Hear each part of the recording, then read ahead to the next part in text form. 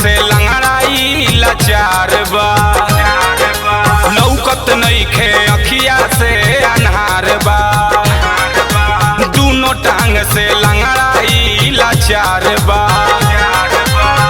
केहू पहुँचाई दना दुआर, केहू पहुँचाई दना दुआर, भवानी माई खोली दिहे केवार, भवानी माई खोली दिहे केवार, भवानी माई खोली दिहे केवार।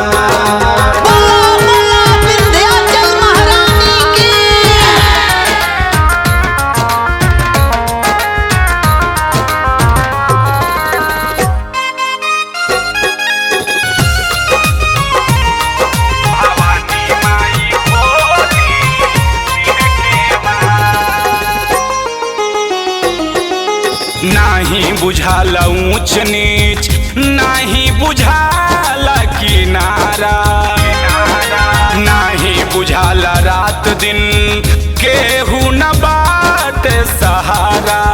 ए माई कहाँ बाड़ू माई,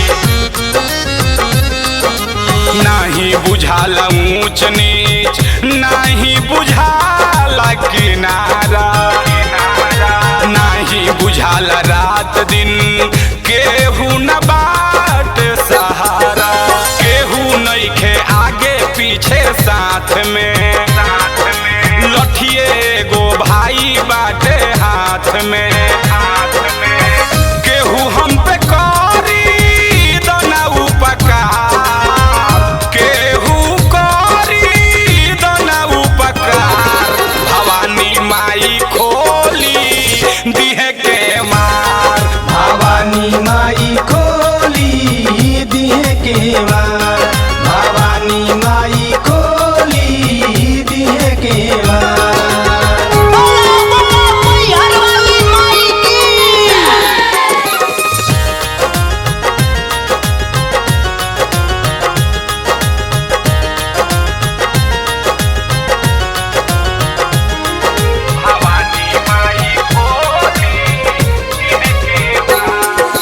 दुख के पहाड़ टूटल बा, अब ना सहाला माई कष्ट हो, केहू न मददगार बा, दुनिया बा कैसन माई भ्रष्ट हो।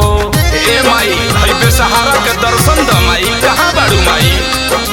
दुख के पहाड़ टूटल बा, अब ना सहाला माई कष्ट हो, केहू न मददगार बा, दुनिया बा कैसन माई भ्रष्ट हो।